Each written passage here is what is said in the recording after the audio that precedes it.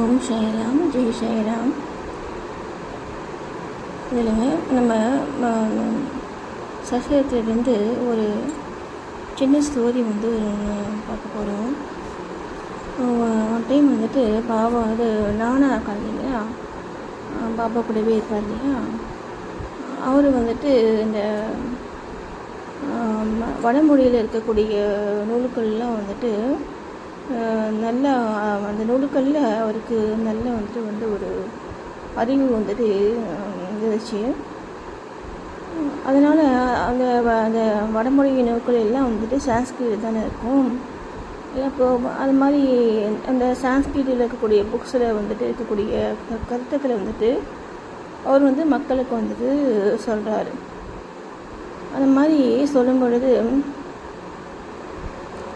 அவர் ரொம்ப ஒரு ஒரு சிறப்பாக பேசுகிறாரு, சொல்கிறாரு. அப்படி இருக்கும் பொழுது இப்போது அவர் பாபா கூட தான் அவங்களாம் இருக்காங்க இல்லைங்களா. அப்போது அவங்க செய்யக்கூடிய செயல்கள் ஆதாரமாக இருக்கிறது பாபா தான் இல்லையா. அதை அவங்க மறந்துடுறாங்க. மறந்துட்டு அவர் மறந்துடுறாரு. மறந்துட்டு டான் அப்படிங்கிற ஒரு கர்ப்பம் அவருக்கு வருது. அந்த நேரத்தில் பாபா அதை அவருக்கு புரிய வைக்கிறாரு. எப்படின்னா, இப்போது பாபாவுக்கு வடமொழி தெரியாது அப்படின்ட்டு அவங்க அவர் நினைக்கிறாங்க. பாபா கடவுள் இல்லைங்களா, அதனால் அவருக்கு தெரியாதது எதுவுமே இல்லை. அப்படிக்கும் பொழுது பாபா ஒரு டைம் அவரை கூப்பிட்றாங்க. கூப்பிட்டு அந்த அந்த சான்ஸ்கிரிட்டில் இருக்கக்கூடிய அந்த வார்த்தைகளுக்கு பாபா மீனிங் கேட்குறாங்க. அவங்கக்கிட்ட கேட்கும் பொழுது பனைபாதா அப்படின்ட்டு ஒரு ஒரு வேர்டு இருக்குது. அதுக்கு என்ன மீனிங் அப்படின்னு சொல்லிட்டு கேட்குறாரு பாபா. அது சாஷ்டாங்க நமஸ்காரம் செய்தல் அப்படின்ட்டு அந்த நானா சொல்கிறாரு. நானா சொல்லும் பொழுது அப்போது சாஷ்டாங்க நமஸ்காரம் செய்தல் அப்படிங்கன்னா அது அது ஒரு ஆக்ஷன் இல்லைங்களா. ஆனால் அங்கே நம்முடைய மனம் மனதை பற்றி அவர் அவங்க பேசவே இல்லை நானா. ஆனால் இதில் பாபா அந்த புக்கில், அந்த சான்ஸ்கிரிட் புக்கில் இந்த வார்த்தைக்கு பனைபாதா அப்படிங்கிற அந்த வேர்டுக்கு சாஷ்டாங்க நமஸ்காரம்ங்கிறது நம்முடைய மனதை அந்த மாதிரி ஒரு அர்ப்பணிப்போடு நம்ம இருக்கணும் அப்படிங்கிறது தான் அவர் அதை சொல்கிறாங்க. அது நானானால் அதை சொல்ல முடியுது. அவர் மேம்போக்காக அவர் அதை பார்க்குறாரு, சொல்கிறாரு. அப்போது நம்ம சாணவாதி அடையணும். அதுதான் அந்த பனைபாதா அப்படிங்கிற சொல்லுக்கு மீனிங் அப்படின்ட்டு பாபா சொல்கிறார் அவர்கிட்ட. இப்போது அதுதான் ஒவ்வொரு வார்த்தைகளுக்கும் நம்ம அவர் ஒரு மேலோட்டமான ஒரு மீனிங்கை சொல்கிறாரு.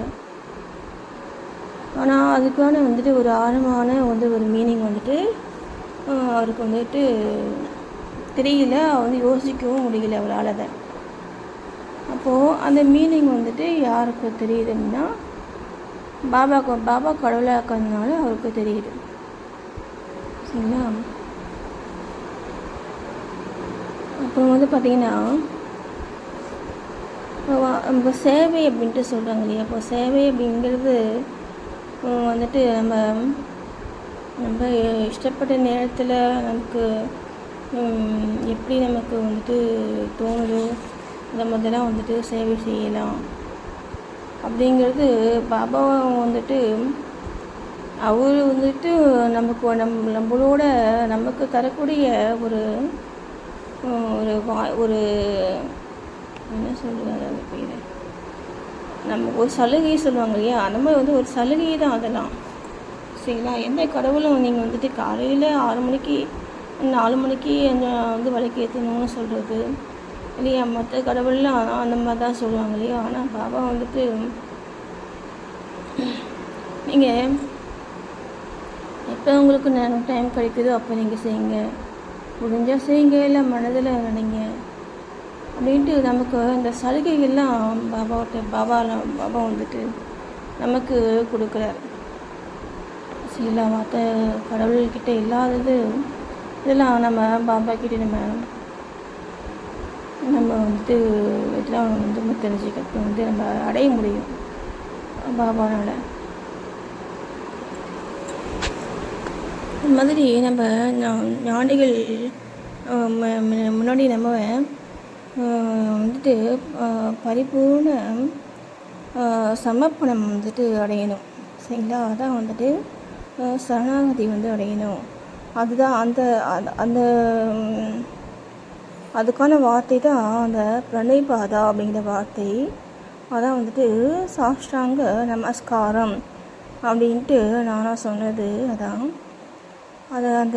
அந்த வார்த்தைக்கான உண்மையான மீனிங் வந்து பார்த்திங்கன்னா சர்வாசிய சரணாகதி, பரிபூர்ண சமர்ப்பணம் அடையணும். அதுதான் வந்துட்டு அவர் சொல்கிறது. அதே மாதிரி ஒன் டைம் வந்துட்டு கிருஷ்ணன் வந்துட்டு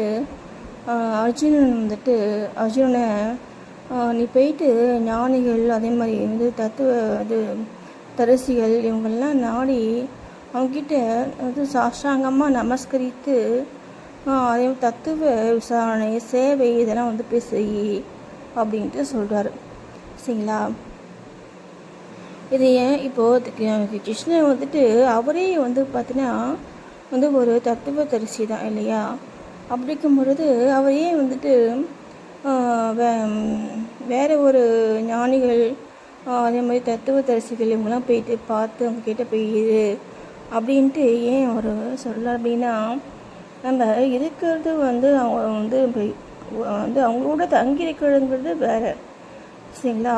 தங்கியிருக்கும் பொழுது தான் நம்ம அந்த பரிபூர்ண சமர்ப்பணம் அப்படிங்கிறத நம்ம வந்துட்டு ஃபாலோ பண்ண முடியும். சரி, இப்போ வந்து அவங்களுடைய கருத்துக்களை கேட்கறதுனாலையோ இல்லை அதை நம்ம வந்து பின்பற்றுறதுனாலையும் நம்முடைய மனம் வந்துட்டு தனக்கானதாக அதை வந்து மாற்றிக்காது. அப்போது தனக்கானதாக அதை மாற்றிக்கணும்னா நமக்கு அது வந்து ஒரு பழக்கம் வேணும் இல்லைங்களா. அந்த பழக்கத்துக்காக தான் அந்த கிருஷ்ணர் வந்துட்டு நீ போயிட்டு ஞானிகள் அதே மாதிரி தத்துவ தரிசிகள் இவங்களாம் போயிட்டு அங்கேயே போயிட்டு சாஷ்டாங்கமாக நமஸ்கரி அப்படின்னு சொல்கிறாங்க. அப்போ அந்த சாஷ்டாங்கமாக நமஸ்கரி அப்படின்னு சொல்கிறதுக்கான வந்து அந்த உண்மையான மீனிங் வந்து பார்த்தீங்கன்னா இந்த சர்வாசிய சரணாகதி தான், அது பரிபூர்ண சமர்ப்பணம். சரிங்களா? அதுதான் வந்துட்டு சொல்கிறாரு. அதேமாதிரி பாபா புக்கில் கூட ஒரு ஸ்டோரியில் கூட அவர் வந்து ஒரு பிராமணனாக வந்துட்டு இருக்கவங்கள நீ போயிட்டு இந்த இது பண்ணிட்டு வா, அந்த நான்வெஜ் போயிட்டு வாங்கிட்டு வான்னு சொல்லுவார். இதேமாரி ஆட்டோ வெட்டு அப்படி சொல்லுவார். இதெல்லாம் வந்துட்டு என்னென்னா அதை வந்துட்டு அவர் வந்துட்டு சோதனை பண்ணுறது. சரிங்களா? இவர் செய்கிறாரா அப்படின்ட்டு நம்மளை வந்து சோதிக்கிறது. சரிங்களா? அதே மாதிரி பாபாவுடைய டெவோட்டீஸை வந்துட்டு அவங்கள வந்துட்டு யார் அதை வந்து அவர் என்ன சொல்வான்னா வந்து அவருடைய பண்புருவாகவே அவர் வந்து அவர் மாற்றிப்பார். சரிங்களா? அவர் தான் அவங்க அப்படிங்கிற மாதிரி தான் அவர் வந்துட்டு செயல்படுத்துவார். அப்படின்னும் பொழுது நம்ம அதை நம்ம வந்து புரிஞ்சிக்கணும், அதை வந்து நம்ம உணர்ந்துக்கணும். நம்ம வந்துட்டு அவங்கள சாய்ராம் தான் அவங்க மற்றவங்களையுமே கூப்பிடுவாங்க. எல்லாருமே மற்றவங்களையுமே பாபாவை தான் பார்ப்பாங்க, பாபாவை தான் வந்துட்டு நினைப்பாங்க. அதே மாதிரி பாபா வந்துட்டு அதான் வந்துட்டு இந்த சரணாகதி அப்படின்னு சொல்கிறது. அதை தான் வந்துட்டு அவர் எல்லா பக்தர்கிட்டேருந்தும் எதிர்பார்க்கறது.